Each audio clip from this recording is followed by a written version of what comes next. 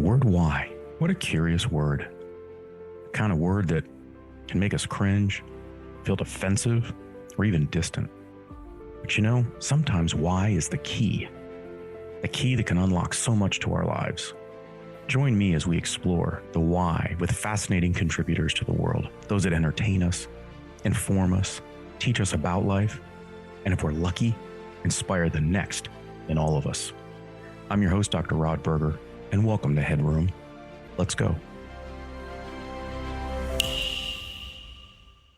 Well, for those of you that have been following my work over the years and who very kindly purchased my book last fall when it came out, The Narrative Edge, Authentic Storytelling That Meets the Moment, I will tell you that oftentimes we talk about regrets in life. I don't have a regret, but I would tell you that if my interview guest today had been someone I had chatted with prior to writing my book, I have a hunch that this discussion would play a role in at least a chapter or two of the book. Really excited to spend time with someone that probably a lot of you either know, you might know by name, especially by some of his work, but he has his memoir out. It's In the Days of My Youth, I Was Told What It Means to Be a Man.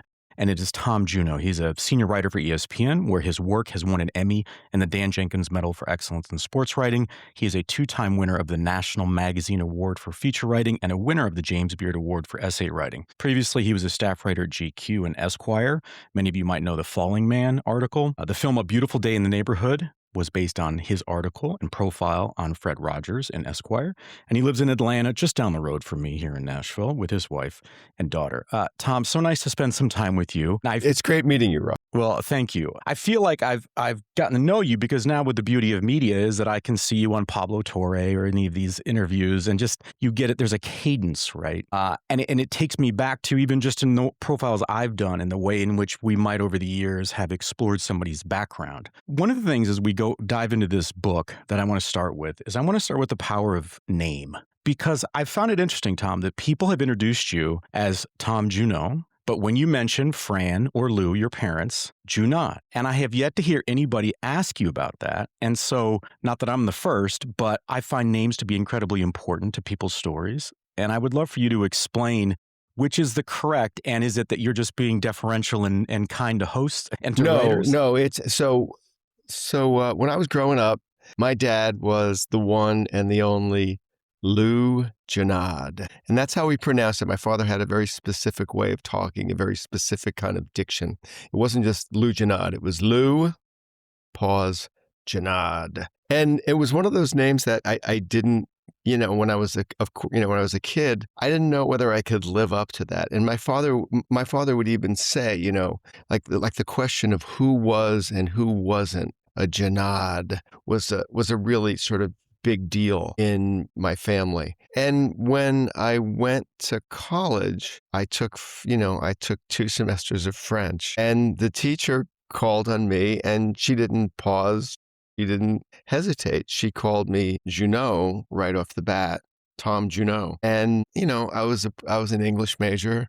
I was pretentious. And my girlfriend, now wife, Janet, really liked it. And so, like a lot of decisions in my life, it sort of happened that way. But I really made the decision about it when I got out of college and I was a handbag salesman. And, and I was following very much in the footsteps of my dad, who was your father. He was a legendary handbag salesman. And for whatever reason, I didn't really want to be Tom Junod. I felt like I was like stuck being like a junior, and I never wanted to be like that. So there was a day when the phone, I got an answering machine, and I had to leave the message of what was the pronunciation of my name. So I changed it to, this is Tom Junod. And then, of course, the first person who calls me is my mom, who went full gun mall on me.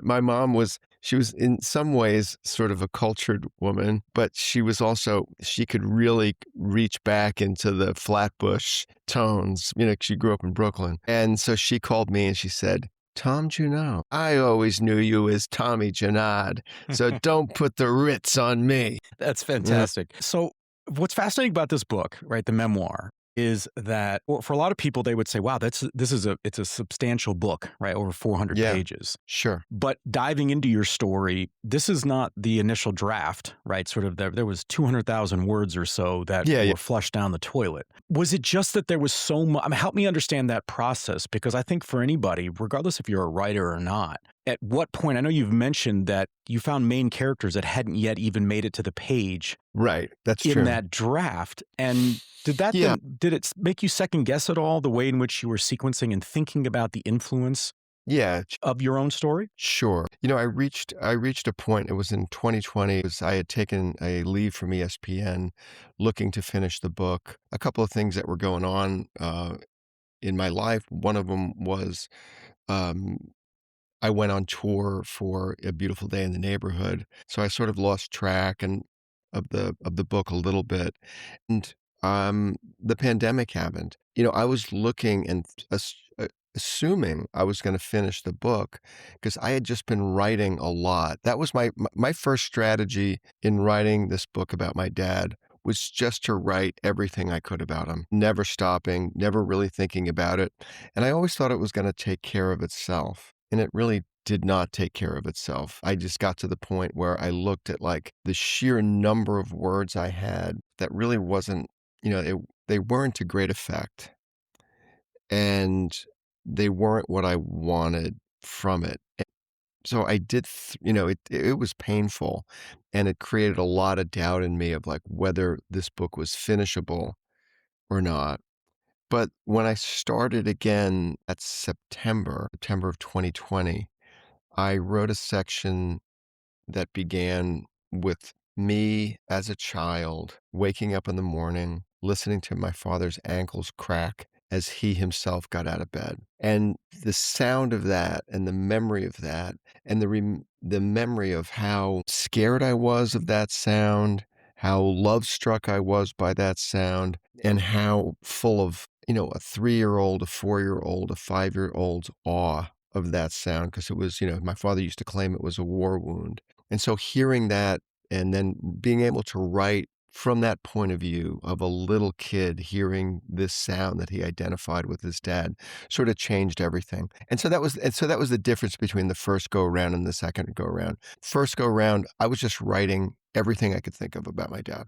Publishers talk about, especially for new writers, it's about, do you have a voice? Have you found your voice? That's right. That's right. And given your work and profiles, I would think that there was some, maybe not sleepless nights, but I'd be very curious about that sort of internal conversation where you are representing someone who cast an incredible shadow. And as you're sort of getting it all out in these 200,000 words, did you find yourself almost second guessing the voice by which you were going to then write? Well, I was really second guessing it because the voice wasn't coming. You read certain memoirs, and the voice is what carries you. I can name some of those memoirs. I mean, Angela's Ashes is to me the great example. I mean, here's a guy who wrote of his family's desperate poverty and tragic upbringing, and was able, through this Irish lilt that he somehow imparted to his writing voice, he made it kind of a wonderful experience. There was joy, there was laughter, there were tears, and the voice did so much of that work. And I can name many memoirs for which the voice was, to me, the most salient part. I think I think more than any other form, maybe the voice has to be there. And the thing that really made me lose sleep over the first draft was the voice wasn't there. It just wasn't. There was writing, and some of the writing was good, but the music, the humanity, right? The rhythm. Yeah, the rhythm, the music, the sort of the magic of one person's voice trying to sort of take an experience like my childhood in just wasn't there. And when I wrote about waking up to the sound of my father's ankles crackling, it came, and there it was. And it never.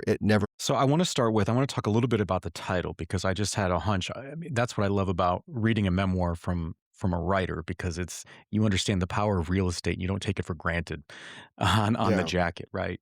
But the prologue, Tom, I mean, maybe this is me, but there's so many books where I read a prologue and I just feel as if it was sort of just thrown in there or it didn't Right. anchor what I was about to read. Absolutely. I have more notes in the prologue than anything else. And because I allowed myself to enjoy sort of the ride or the rhythm of the stories through the book. I want to read this one section here, if you don't mind, because I'd I love do not. as sort of an intro to your father here. So speaking of your father, he didn't just want so much, he presumed so much. And the central presumption of his life was that he knew the secret of being a man, that he believed his life worthy of emulation is what made your brother Michael and you try to emulate it, and also what made you so determined to commandeer his memorial service. You said, I wasn't trying to belittle my dad, I was only trying to get what I wanted since I became his audience at the kitchen table as a little boy, the elusive thing at the tip of my tongue that made me want to be a writer. The last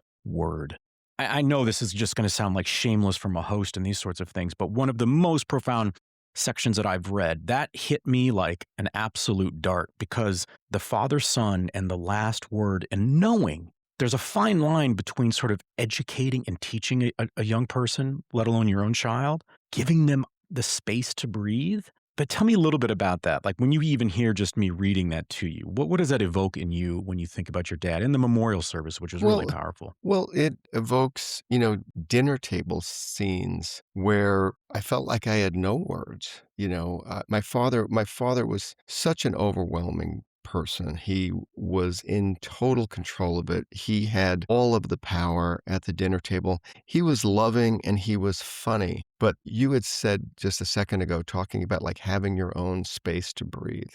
I did not have my own space to breathe growing up. And I don't think really anybody in my family did. And then when my father and my mother got into fights, which they sometimes did, my father could be really rough. I mean, to the extent where he sort of abandoned all his pose of sophistication and just sounded like a gangster. He would tell my mother to shut up. And I mean, I remember as a little kid saying to myself and to him in my head, you might be able to tell me what to say, but you're never going to be able to tell me what to think. And I really think that proposition right there is what eventually, turned me into a writer. The book goes really lightly on my writing career. It hardly mentions it at all. But it is also sort of explains my entire writing career. The desire to have the last word, the desire to investigate my dad's secrets, all of those things shaped me as a person.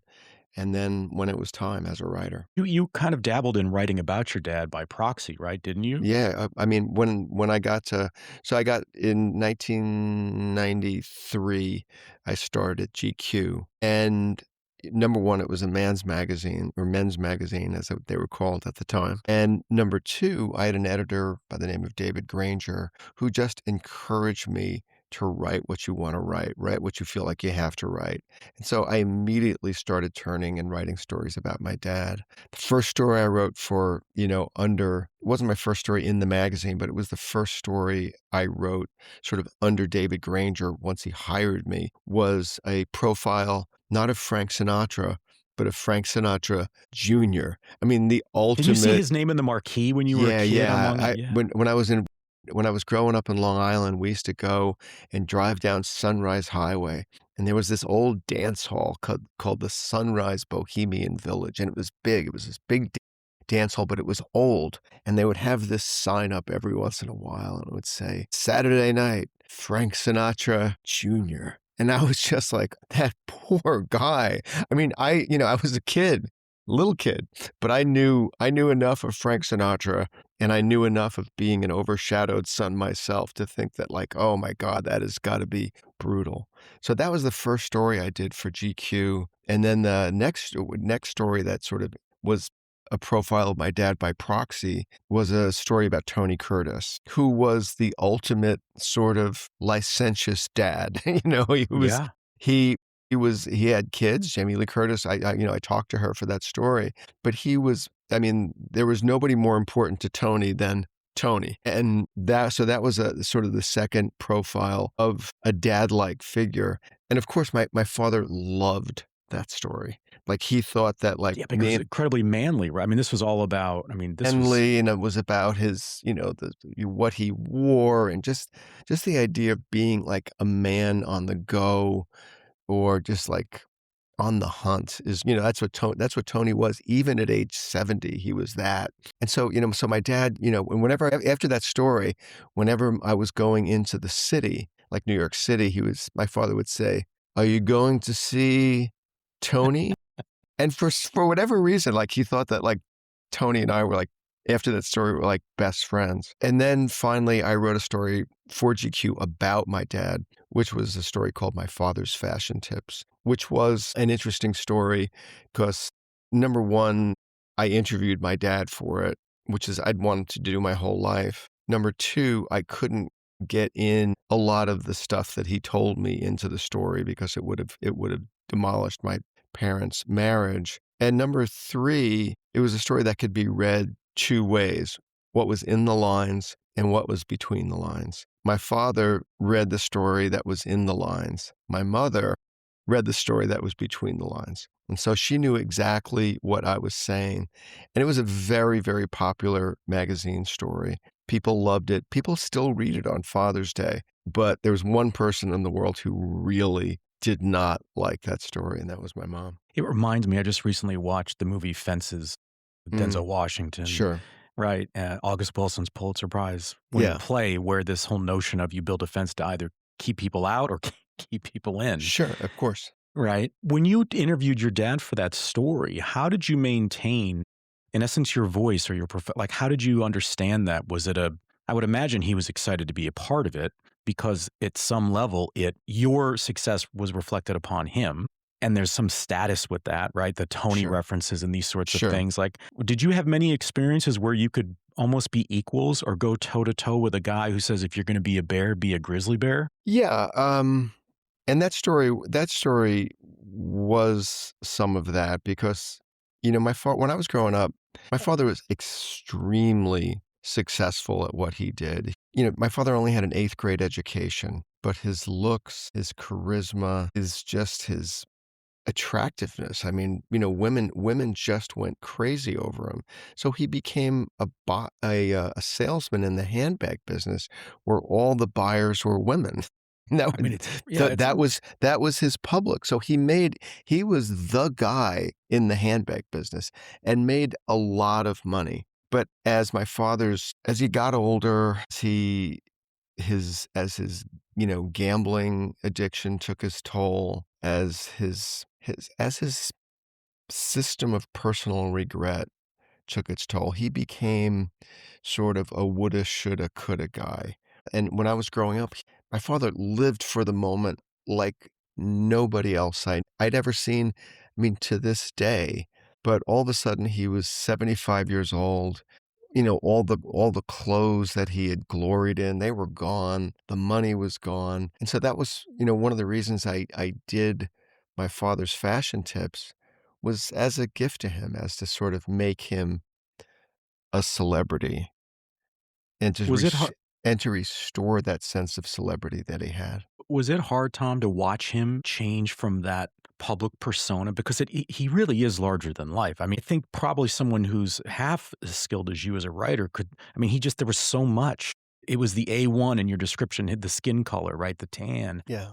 We can get into all these sorts of things, but I would imagine because it was so big, right? This sort of butterfly effect of him, that I would think that was stark difference when he's 75 and you start to see. Yeah. How did you handle that? Was that an internal struggle for you? Yeah, it was tough, especially because at that time, I was a magazine writer, and it was possible in 1996 when I wrote that story to be a magazine writer who was in media columns and talked about on page 6 of the New York Post and all of that stuff. So he had a great deal of pride in not so much my writing, which he thought was, sometimes, as he would call it, like Falling Man, for example, morbid. Morbid. He called that story morbid because he really, he loved the celebrity profiles, but he didn't love, some of the darker stories that I was doing. but he knew that I was successful, and he would say to me, son, I'm bursting my buttons. And it's the interesting thing with my dad. My dad was a really deeply flawed guy. I mean, as we talk, we can talk about some of those flaws. But the one thing that he never shortchanged me on, or any of us on, any of his kids, any of really anybody who sort of came into the house that he liked, he didn't shortchange anybody on compliments, on being proud, and on being loving. I can't tell you how many people I've talked to since the book has come out who's basically like, hey, your father might have had some problems, but at least he told you he loves you. My father never told me he loved me. And I hear that a lot. Some people look at my dad was like, okay, well, he might have had 150 affairs on your mom, but at least he was that. At least he was, I mean, he used to go to I sat on the bench for my high school football team for 3.5 years. And he went to every game. He was He was so present is yeah, the way I felt he it. was a present. He was very present. And so watching him sort of ebb away at the end was very, very difficult. Is it something that you've been able to reconcile over the years? I mean, is that part of the I know you've been asked about sort of like, is there, some healing in writing a memoir like this? But I would just Yeah. when I think back to when I lost my father, I find that there are these sort of memories that pop up where the way in which I organize them now, it's very different. And so it's almost like a different relationship, even though they're not here physically with us. Do you feel as if you still have a relationship with him in I spirit in do. that regard? I do. I mean, I still dream about my dad quite often. And in the dream, he's as mercurial in the dreams as he was in life. Sometimes he's happy, sometimes he's pissed off, and sometimes he's downright scary. So, all of those things he was in life, he was in these dreams. I mean, all of those things that he was in life, he's also in the book. I mean, I don't try to explain my dad in this book. I try to give the reader my dad as I experienced him. And I think that's one of the strongest parts of the book. It's not like I drop in an essay about masculinity in the middle of the whole thing. Masculinity is at issue on the kitchen table. You know, when I was a little kid, the kitchen table was where it all happened. It was where my father, sort of spoke, most grandly about himself. And it was where I felt most powerless. So I try to give that experience to the reader. And I also try to give the experience to the reader of my dad, withering away. And there's a point in the book where I take him to the VA hospital and he's down to 143 pounds. Now, my dad, when I was a kid, was built like Charles Atlas. He kind of looked like a combination. I don't know if you remember the guy, it's probably before your time, on TV, named Jack LaLanne. He used to do See, I exercises was on thinking of like TV. George Hamilton. Well, George Hamilton, but I'm just talking about physical. Yeah, My physical. dad would stand in the mirror and worship and bid me and anybody else who was there to worship his body. Oh, I Look, love the story where you yeah, talk about it in front of the mirror with in his front of the dress mirror. socks over his Yeah, calves, yeah, right? and his black bikinis. Yeah. Look at this body. Have you ever seen a body like this? And so, he weighed probably 195 or 200 pounds. And then, at the end, he was down to 143. And he said to me, look at my arms. Look at my mighty riveter's arms. Because he was a riveter before he went away to World War II. He was a riveter in the Brooklyn shipyards. He always gave that job credit for creating him. Look at these mighty riveter's arms. They look like corn cob pipes. His use of I mean, it's not shocking that you became a writer and yet you're so there's such a rhythm to your writing that, I mean, you were like baked in this. One Yeah. thing that spoke to me that I don't know if all the readers, I think there's so many opportunities for people to sort of pick up on the humanity, but you talked about how, like, and you've said this over and over again, sort of, you were smaller, you were, I think, 9 pounds when you were born, you had a cold like right out of the gate, and it was Yeah. pretty serious. And thank God it was 1958 and it wasn't 1948, right? That's right. Right. But then you learn through sort of conversation around adults this concept of being an accident. Right. And you're very curious about what that word means. And when you then relay the story of your, you ask and your father tells you, and then you take that next step and saying, okay, well, then was I an accident, basically? Right. And Right. it wasn't even the words, Tom, but the way in which you described how he picked you up and patted you on the back and wanted you to know that you were, I'll Yeah. let you finish this story, but it was Yeah. just, it's kind of thing where it's like putting wine in a decanter. You just were allowing it to breathe in a way that I think a lot of people could resonate with, whether they felt that connection with a parent or they desired it. Right. So I was 10 years younger than my brother and my sister. My brother Michael, my sister Kathy were twins. And so then I came along. And being the accident was something I heard just routinely. And so I asked my dad about it. Dad, am I an accident? And he was like, he picked me up and, brought me to him. It's like, an accident. You're the furthest thing from an accident. You're our love baby. And which is a whole, you go from being an accident to the love baby. Yeah. Tell me what a love baby means, Dad. Right. Yeah. Right, exactly. How is that different?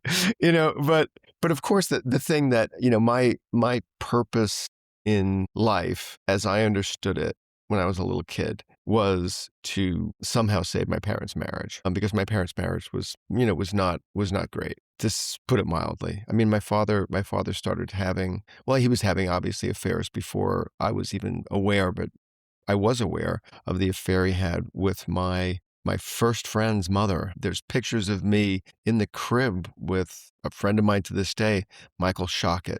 Well, my father had, in the summer of when I was 3 years old, he had a very obvious affair with Michael's mom, Valerie. And so I want to get to that. And maybe this is a good transition point, just because so many women were a part of this book, this Yeah, yeah. memoir, in ways that, I love the women in the book. I really do. yeah, I wrote about them with great tenderness and love. And I'm happy that I was able to do that for sure.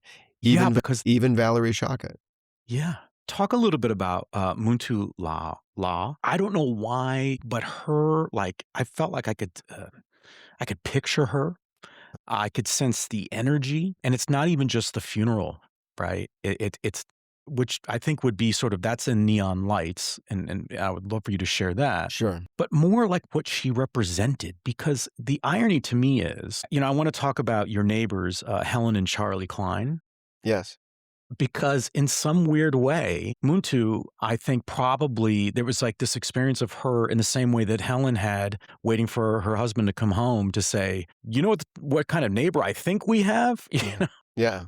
It just, the juxtaposition, it just jumps off the page. Well, Muntu is the first woman in the book. She is in the prologue, and she's unforgettable, right? Forgettable. And I mean, like, literally unforgettable, because at my father's funeral, there were two funerals for my dad. We had two services. One was in Atlanta, where my mother and father were living at the time. And I had the funeral there because I knew that my mom by that time, my mother she was 90, and there was no way she was going to make it up to Long Island. She didn't fly. So we had one funeral in Atlanta, and then we had the other funeral in Long Island.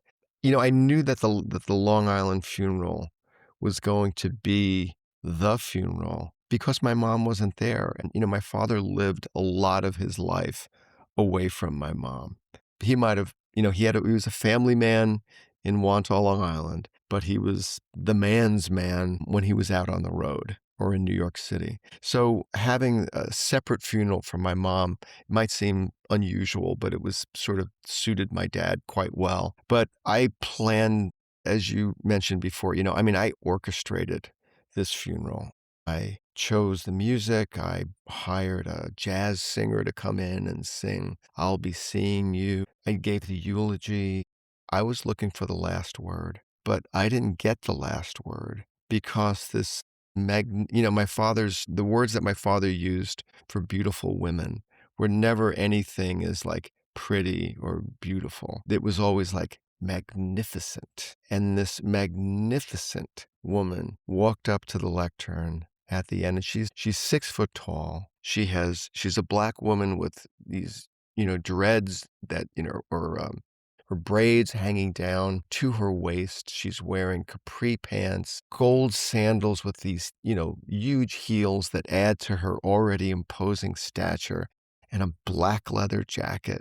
And she walks up to the lectern and brings her hands down. She goes, "Can we all just agree that this was a man?" And it was one of those things. I got a chill. I got a chill just now, just saying it. It was one of those things that there's so many things with my dad where you think that you're in one place. You think that you're in the shallow end of the pool. And then all of a sudden you're over your head in the middle of the ocean. And that is my experience with my dad. And that's what happened with Muntu that afternoon in Wantagh, Long Island. And it was actually, Muntu who got me started on the book, because my brother, several years, God, 9 years after the funeral, my brother went out to have lunch with Muntu on Long Island. And he immediately called me afterwards and said, did you know that Dad had an 11-year affair with Muntu? And I was like, "Of course I did." And he was like, "Why didn't you tell me?" And I was like, "Well, because I didn't know." And he goes, "I'm confused. Do you know or do you not know?" And that's really where that's the fulcrum of the Yeah. whole book. What do you know, and what don't you know about this man who formed you? I mean, I was, like you said before, I doubt that I'd be a writer if my father wasn't that guy. The way he used language, the way he walked through the world, all of those things have made me do what I do. And yet, how much do you know and how much don't you know? And that's always been sort of, for me, a test of my own manhood. What I knew about my dad became sort of my test, as a young man, and then now as a writer writing about manhood. It's almost, Tom, like he had an ability to slow down time, He did. right? Like you could, the way in which you talked about even your last name and the way he would say it and the pause, the pregnant pause that he would understand and capture, right? Attention with. I mean, even, that story about him at World War II and the serendipity of just sort of singing in the back of a truck, crooning, and how that puts him on a trajectory to me, it sort of now you go, "Oh, now I understand a little bit more about the Tony Curtis piece." You start to see how these puzzle pieces come together. Talk a little bit about that, because that I think is a really formidable time in his life that Sure. I don't know. I guess you could say maybe it inflated some level of ego. I mean, I guess you're getting propped up, but you know better than I for sure. Well, so when I was growing up I was born in the late 50s. I was growing up in the mid 60s and 70s. And, you grew up on Long Island at that time. I mean, every single father you knew was a World War II veteran, flat out. Some of them had stayed stateside. Most of them had gone to war. And so there was this whole group of men who were tempered by war, shaped by war. You'd hear war stories, but they were never the dark war stories. They were the funny war stories. And going up to one's father and asking to hear war stories was a part of growing up as a boy and a young man at that time. And my father, was that guy. I mean, he grew up in Brooklyn. Tough. He went to war in 1943. He was seriously wounded as an infantryman in in the hedgerows of Normandy. He had to go to a field hospital, almost died. The whole thing. But that's with my dad. I talked about the shallow end of the pool. That's the shallow end of the pool, because the next thing that happened was that he was about to be, after he healed, he was about to be sent back to the front, and a lieutenant heard him singing and said, "Listen, you don't have to carry a gun anymore. I'm going to put you in a band." And so he traveled with a roving act that was, he was the singer in a big band. And the name of the act was just the most perfect Lou Genard thing ever, because the name of the act was For Men Only. And so he traveled all around Europe singing I'll be seeing you, singing night and day. I mean, it was an amazing story, an amazing time in his life. I mean, at the Battle of the Bulge, my father was really, really close to the front on Christmas Eve, singing Silent Night to the troops. And of course, that made him, I mean, he would have been a ladies' man under any circumstance. Such was his charisma, such were his looks. But, he had all these, where other guys were eating K rations. My dad was wooing French women and German women and all over the place. And so he came back and he sort of tried to make it as a singer. But for whatever reason, it was one of the times in his life where he lost his confidence. He even, went and tried out. He was on the, tried to be on the Arthur Godfrey show. And he went to, for an audition. And later I asked him, Dad, what happened? I got the apple. And, and so the apple in my home was like the dread thing. And it meant that you choked. But he would say, he would like touch his neck and say, I got the apple. We're literally like you were so nervous that you couldn't swallow. And so he never lost. When I listen to him now, I don't think he was singer enough to make it as a singer. But he never lost that charisma. But on Britain Street, he was. But on Britain Street, man, he was Frank Sinatra. He was Dean Martin. He looked like Dean Martin, actually. He kind of dressed like Dean Martin. But of course, all his stories were about like going into New York City and going out to the clubs that were popular at the time, like Copacabana and El Morocco, and Dean Martin noticing him and looking at him and saying, hey, like they were like equals. seeing your kind in the wild. Seeing your kind in the wild. So my father always had that thing of celebrity. I write in the book that my father was the only celebrity I had ever met, and yet I couldn't get over the fact that the only celebrity I had ever met was a handbag salesman. And it was the thing that never quite made sense, because my father would tell me all these stories about all these women, Elizabeth Taylor couldn't keep her eyes off your father. And, later on I found out that he had an affair with not one, but two of the Gabor sisters. And yet, really and truly, the only celebrity that he had was in the beds of other men's wives. Hey, everybody, Rod here. In the days of my youth, I was told what it means to be a man, a memoir by our guest, Tom Junod. The book is published by Doubleday. I hope you're enjoying this conversation that we're having, really getting underneath the stories that make up an incredible memoir, a legacy of relationships, of storytelling, and what it really means to be human. And you know what? I found this out from a friend the other day who got the book and wondered about the audiobook. Tom has such an iconic storytelling voice, and he actually did the audiobook. So for those of you that want to hear these stories in real time through Tom's voice, in emotion and experience, I'd highly encourage you to check out the audiobook as well. And hey, a selfish plug because it is my podcast, but if you'd like, and you'd like to hear my voice as well, I did the audiobook version of mine, The Narrative Edge, Authentic Storytelling That Meets the Moment. You can get that book and my audiobook where all books and audiobooks are sold, just like Tom's. And now back to the episode. See, because I think boys in general, I'm making a broad sweeping statement here, but Sure.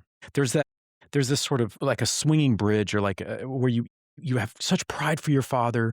You look at him then with disdain when you see him do something that you think is not of character that you would subscribe to. How did you understand that? Because as you're telling me this story about where he had the apple, Mhm. I'm wondering if those times were even that much more foundational for you because you saw the human side of your dad, this incredible personality, which made him actually more approachable in some way, like Sure. closer. Is that fair? Sure. The story of him getting the apple was something that made him, human to me. And if I didn't have that, I don't think that I could have written this book. I've read some memoirs that are pretty one-dimensional in terms of, settling scores or being sort of a final reckoning with a loved one who was also in some ways hated, right? And, I read a lot of memoirs that they're angry or they're bitter or whatever. I mean, there's anger in the book, there's plenty of it, but the humanity of my dad is something I never wanted to lose or did lose. And so I want to transition to Fred Rogers because I know the movie, people have seen the movie, right? And that it was the reason why the name, I mean, it was about your story with Fred, but clearly there were things in there that were sensationalized. And so I think Sure. you had talked about how you just said, yeah, go ahead, but change the name, right? Change the name, yeah. Is that when I love this connection that your father would have, and I don't know exactly when he would be wearing this, but, he would wear that thin black tie and a cardigan, like a red cardigan, and yet then you find yourself, after some bruising experiences editorially, is that fair to say? Yes. Being told, "Hey, give me 400 words or, give me X number of words on Fred Rogers." And yet you're going now to spend time with someone who has another relationship with time and attention and the way in which my sensibility in hearing you talk about your relationship with Fred is that he could slow down time and Right, zero in with you right. on the energy in the room, the energy that you were sort of giving, and he could hold that. Yeah, Fred was one of those guys. Fred was sort of so opposite my dad. It was they were just so far apart that I think the poles almost came together in some way because they were both, they both were in their own way. I mean, they spoke in a very stylized manner that was immediately arresting. My father did it with a certain sort of musicality of his voice, where Fred, as you just said, was able to slow down time. Fred, I would say, Tom, did you have a toy, a favorite sort of toy when you were growing up? And yes, Fred, what was his name, Tom? His name was Old Rabbit. Tom, I bet he was once a very young rabbit. And he just had that kind of thing, and it would just, I mean, you didn't know what to do with it. You sort of had to give in. And that was the thing that my father and Fred, had in common. But they used that charm, they used that seductiveness, because they were both sort of seductive Very people. much so. And they used that seductiveness to very different ends. It's one of the ironies of my life, however, that they're both like sort of famous for like wearing red cardigan sweaters. I mean, that's the craziest thing. My father would wear a red cardigan sweater every Christmas. He would wear it with a button-down white shirt, a narrow black tie, gray slacks, and his red cardigan. And that was his Christmas thing. And it seemed, of course, my father made it look like the most manly thing that you could wear, and Fred used it to be the host of a kids' TV show. I would think that to your point around, your father and holding the apple and the impact on your ability to write this memoir, maybe I'm wrong, but it feels like if you hadn't had that relationship and experience with Fred Rogers, that this would be a very different memoir in your understanding of the Yeah, complexities and the layers of what it right. means to be a man. Is that Yeah, and I mean, they really connect in some way. I mean, I think that Fred changed my writing life in general. I've talked about this before, but probably the two stories that people sort of connect with me most often, the two stories that are taught in journalism schools are mostly my profile of Fred Rogers and the story that I wrote 2 years after 9/11, called The Falling Man. Those stories are connected in an odd way because, Fred died in early 2003, in February of 2003. Right after that, Fred died, I began researching The Falling Man. And at the time, people were like, "What are you doing?" I mean, it was a really taboo story. The idea of writing about people who fell or jumped from the upper floors of the World Trade Center was just not something that people wanted to hear. And I began working on it after Fred died, and I really do believe that it was some of Fred's spirit that allowed me to write the story as I eventually wrote it, which was not sensationally and certainly not callously. I mean, there's a lot of spiritual energy in that story, and I think a lot of that came from Fred. I mean, and so many things are connected in my writing life. My dad and Fred. There was a night when a cousin of mine called me up to rip into me and to rip into my dad. I mean, he was just saying, because my father by that time was still alive, but he had withered into a very different person than he was when I was growing up. And my cousin ripped into my dad and ripped into me. And, I wound up calling Fred Rogers on that Christmas morning to sort of ask him for help a little bit because I was so upset by it. And that turned out to be the last time I ever spoke to Fred. He died 2 months later. And it was something. I'm so glad that I made that call on Christmas morning, and it was in some weird way connected to my dad. As you were saying that, I was picturing it. It's as if you ever decide to do a sort of a one man sort of play of your memoir. I would contend that you need to have the kitchen table Oh, growing yeah. up. As I'm thinking Yeah, about sure, that, right? sure. As you're talking about Fred, I know the timing obviously is different, but it made me think to when you talked about how you'd be left by yourself with a steak, a salad, and some French dressing. Right. And the contemplating. And so I guess I'll use that as a springboard to ask you, where are you in the definition of manhood? Because I will tell you this, Tom, as I age, I think to myself, do I know more now or less because I've been exposed to more and different types of people that make me then think maybe more broadly or more discerning about what I think about masculinity and manhood. Where are you on that sort of spectrum of connecting yourself to what it means to be a man, given that you were living really within the shadow of a very large figure? Well, my father, like I write at the beginning of the book, I mean, he really was sort of sure that he had the answers. But a lot of those answers didn't really go very deep. My father was very, very invested in surfaces. And so when I was growing up, he would say, "My son, learn my secrets." But what he meant, like at the time, was like, rub baby oil between your hands and then put it on your face and in So like your a life hair. hack, as we would say now. Yeah, yeah, exactly. Or, or always look a man in the eye, or have a firm handshake, or the turtleneck is the most flattering thing a man can wear.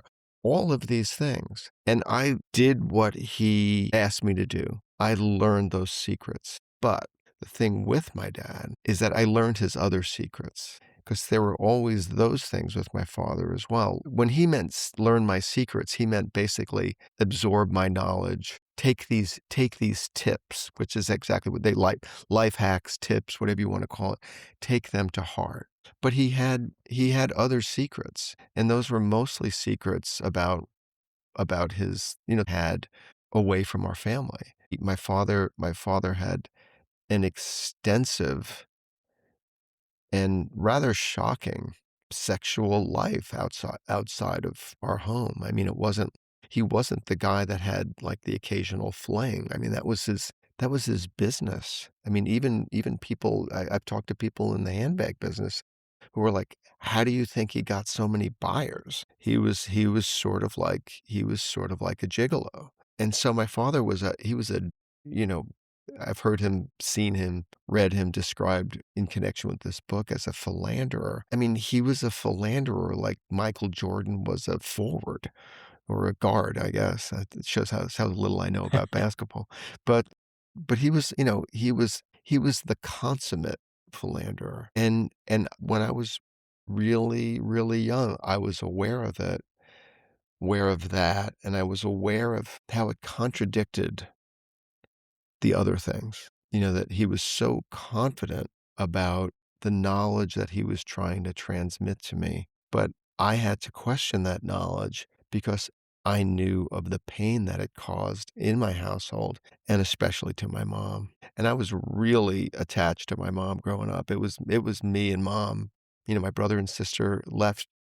You're 10 years older. They were Yeah. 10 years older than I was, and so they left our home when I was 8 to go to college, and it was me and mom, and we were a team, and I saw close up how much pain it caused her. And that has made me, that has been the thing that, I've had to juggle, personally, is this whole question of like, is manhood as my dad defined it sort of an excuse?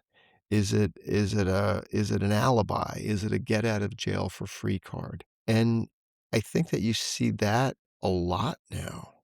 You see men who are trying to sort of, you know, come from, the last, 20 years and sort of coming back to where, like they're not ashamed of being, men anymore, as they state it. But really, how much of a man are you if every other word that comes out of your mouth is false? It's I think it's a real it's something that we really have to look at.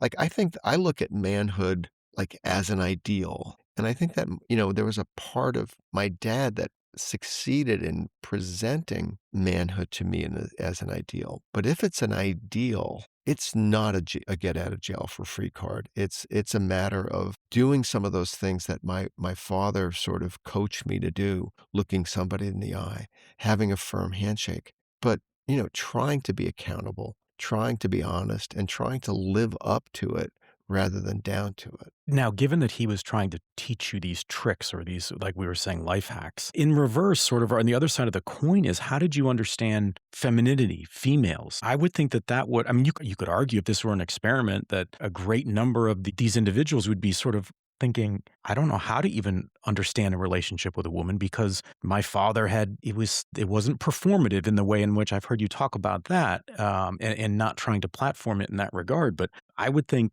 it would be a struggle to understand the role that women and men have with one another Mhm, in a marriage, the courting, right? I mean, it mhm. just feels like you can go down the list and think, Sure. do you feel like you were given the tips or the background to understand the value of women? Or was the contrarian nature of it too hard to deal with because you loved your mom Well, and I it was think you and her, right? yeah, I mean, so my dad I mean, the one thing that you couldn't get away with in my house was disrespecting my mom. Like, if I mouthed off to my mom, that was like That was it. that was a deep red zone. You just didn't go there. But of course, it was just one of those other contradictions in my dad because I couldn't mouth off to my mom, but my dad made my mom miserable. I mean, he reduced her to tears, pill taking, lots of things. But the thing about my dad is that his idea of what he wanted out of me with women was one word, success. I mean, yeah, I mean, he wanted Like me conquest? conquest. Yeah, I mean, there was a night when, God, I was 20 years old. I was already dating my now wife, Janet, very, very seriously. He called me to come into town meaning New York City, and told me to dress up. We were gonna go out to see Woody Allen at Michael's Pub in New York City. And so I meet him in New York City, and we go out to the bar at the Plaza Hotel, and these two stunning women walk in and walk directly towards us. I was like, "Dad, who are these women?" He was like, "They're our dates." And so he wanted to set me up, with women, all the time. When I was turning 18, he went to my best friend Rick and said, "I'm thinking of getting a hooker for Tommy for his 18th birthday." As so many fathers think, right? So that's who he was. Figure out, you know, I wanted to relate to women really through my mom, and the thing about the relationship I had with my mom is that I was, with her, and she taught me, a lot of stuff. I mean, so there was a moment when I did the story My Father's Fashion Tips in 1996. And the story comes out. B. Altman, the store on Fifth Avenue, does a display the The really tips, yeah. striking picture of my dad that accompanied the story. It was shot by a photographer named Marion Ettlinger. It's a picture of my dad drinking a martini in a tuxedo, and it's a striking photo. And so that's in the window of a store on Fifth Avenue. It's a very successful story, but there's one person I don't hear from, and that's my mom. And finally, after like a week and a half, I call her and I was like, Mom, have you read the story? Yeah, I read the story. What did you think? So there's a long pause, and she gave me this answer, and it was, don't forget who raised you, kid. And I didn't forget who raised me. I mean, my dad, it was like an ongoing show. It was like going, it was like when you're with my dad, it was like going to the carnival. But, when you're with my mom, it was like it was real life. And my mom, she taught me a lot. The great thing about this book, the part that I am proud of, other than the fact that I don't get didactic and I sort of give my dad to the reader. But the thing that I'm really proud of is that, you know, the people who ultimately tell me what it means to be a man are the women in the book. I mean, they are strong, strong characters, and I present them as such. There's my mom, there's my unbelievable Aunt Ellie, there's my Aunt Seal, confirms a lot of the stuff that I'm thinking about, the relationship that my mom had with my father. There's my wife Janet, there's my daughter Nia, there's my sister Kathy. I mean, there's a lot of really important people in the book who are powerful female characters. I even go out and meet and talk to and interview some of my dad's lovers. I go out and find and talk with Muntu Law, and I go out and find and talk to, Valerie Shockett, who had an affair with my dad, when I was 3 years old. And they talk. They tell me the truth. There's a point in when you grow up as I did, where secrets were the coin of the realm. You go out and you talk to people and they tell you the truth and they answer questions that you have had your whole life, such as Valerie Shockett, such as Muntu Law. I mean, the gratitude that you feel for them, towards them, is almost physical. I mean, it's unbelievable that somebody, oh my God, Valerie Shockett is finally telling me the truth of something that I've known about and at the same time not known about since I was a really little boy. So, the women in the book are strong characters, and I could go on and on about them. No, it's beautifully said because it's like looking at art and trying to understand the negative space and its Yeah, relationship to the art that you're seeing or presented to you. I think about we haven't talked about the briefcase. I think about what preceded that as a young person to go and sort of break into, technically, I guess, right. your father's briefcase to reveal kind of what you were thinking, correct? Right, right. I mean, and that is the thing about my dad. It's the old, you're in the shallow end of the pool and you're like, I wonder what it's like in the deep end. And then you go in the deep end and it turns out to be the ocean. It's like, it's always, with my dad, I had a lot of suspicions about my dad when I was a kid. And all of those suspicions happened to be true. That was the thing with him. If you thought it was, there were, there were no wild goose chases. There were no blind alleys. Which is so fascinating, Tom, because you would think that a character in a movie that's not your dad, that there's some value placed in the mystery of it all, right? And that you can't figure everything out because I'm too good. And yet you kind of read the book thinking, well, one, he's a likable character, yes, even though he's, I guess inflicting all of this emotional pain and levels of abandonment across family members, Right. but that it's like he wants people to know to some degree. So that's a really interesting question because I am asked a lot, what would your dad think of this book? There's an obvious question. I'm sorry, there's an obvious answer to that, which is he would freaking hate it. That's one answer. But as you say, there was a side of my dad that was, if this is even possible, it sounds like an oxymoron, but he was exhibitionistic about his Yeah. secrets. You're not supposed to be an exhibitionist about your secrets, but my father was an exhibitionist about his secrets. So the cover of my book is my father dancing with a woman in the basement of our house who is clearly the woman, the look on her face, her body language. She's clearly in a state of erotic thraldom to For my him. to my dad. I have no idea what she is, but I do know that that took place in front of everybody. These kinds of encounters would be they would be on, during parties in our basement. And so there were things, I guess that I was able to see it. And I think, Understand. and I think that I was able to see it because I was so connected to my mom. I think I was supposed to see it, actually. It's like an And I, emotional radar that you have. yeah, yeah. And I think that my dad kind of wanted me to see it because he wanted me to be like that. And my mom kind of wanted me to see it because she didn't want me to be like And so that. you could maybe feel her like pain in some way, right? Sure. It Yes. had to be a lonely existence. Tom, I'll get you out of here on this. I had mentioned earlier, I had referenced the old neighbors on Britain Street, Helen and Charlie Klein. And this great story of when moving in, I don't know if I believe you guys had just moved in, maybe it was, and your dad goes over and knocks on the door, and Yeah. it's quite an encounter for Helen in the 50s, Yes. This is right? before I was born. Before you were born. Yeah. And it's not even the story of just that she thought that he was homosexual or anything like that because he was being, I guess, flamboyant in the way he was dressed.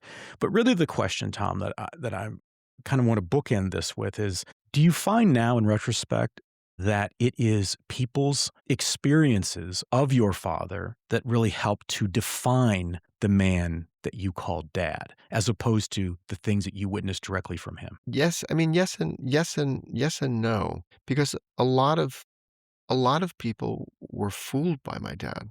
To this day, to this moment, I've gotten a lot of notes from people I grew up with who were just like, "Wow, man, I didn't know it was like that. Your dad was always so kind to me. Your dad was always so interested in me because he would tell them what it meant to be a man, Hey, chick, why don't you have a girlfriend? Mr. Junod, I'm shy.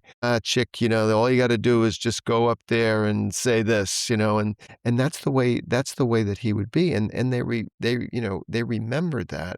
But the question of where the public life exists if you have this sort of incredibly prodigious and complicated secret life. What's the most important thing? Like, is the most important thing the tips that my dad gave me about turtlenecks, or are they about the evidence I found in his briefcase that he had a pretty sordid secret life? What's the most important thing? And that's, I think, is been there. We go. Yep. See, you're Where done. I told you that was going to happen, and we're at the end of the conversation. Yeah.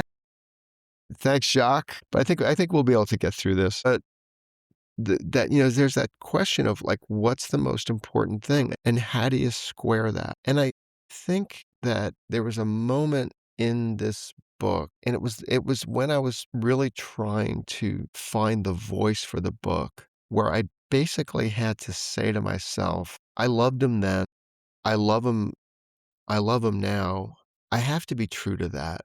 If I'm going to be true to myself, I have to be, as difficult as that is, as unworthy as my father is sometimes of that kind of loyalty. I have to be true to that. And that's the thing that I think ultimately allowed me to write the book. You know, I love everybody in it. I write with that. And it turned out to be, my secret weapon in writing the book. Sort of because it allowed me to write really truthfully about everybody and not think that I was just scorching them, that I wasn't that, or even worse than scorching. Scorching is not even the right word, that I wasn't betraying them in some way. I reveal my dad's secrets pretty unflinchingly, I would say, but I don't betray how I felt about him. I don't betray that part of myself, and I don't betray that part of me. I mean, I'm sorry, that part of him. And I think that that's what allowed me to get through it. Yeah, I would agree with that. I never in reading it, it never felt slanted in any way at all. Like you gave me an opportunity as a reader to sort of bear witness to these incredible stories and then really integrate them into my own experiences and Yeah, think, how might I respond? Well, I have to tell you, Tom, one of my favorite, I don't know what, do I say of the decade or whatever, but this is one that I'll keep close because the power of the writing and just to know the way in which your dad would utilize language and how it still lives within you and the work that you do is a real sure. gift as we now become such a synthetic world. So I just applaud your writing and your really bravery in writing about your family in a way that it's completely, I mean, you're exposing it all and it shows a humanity, Tom, and I think we need more of that. Well, it's in the days of my youth, I was told what it means to be a man, a memoir by Tom Junod, put out by publisher Doubleday. Tom, what a fantastic experience. Thank you for enlightening me and making me think about my own relationship to my father. That's to me the greatest compliment I can give to an author, and we really thank you. Well, thanks so much for having me, for these great questions, for the time to really get into it. I really appreciate that. Thanks for taking the plunge into Headroom, where we uncover the why behind the what and who impacting our lives. I'm your host, Dr. Rod Berger, and this is Headroom.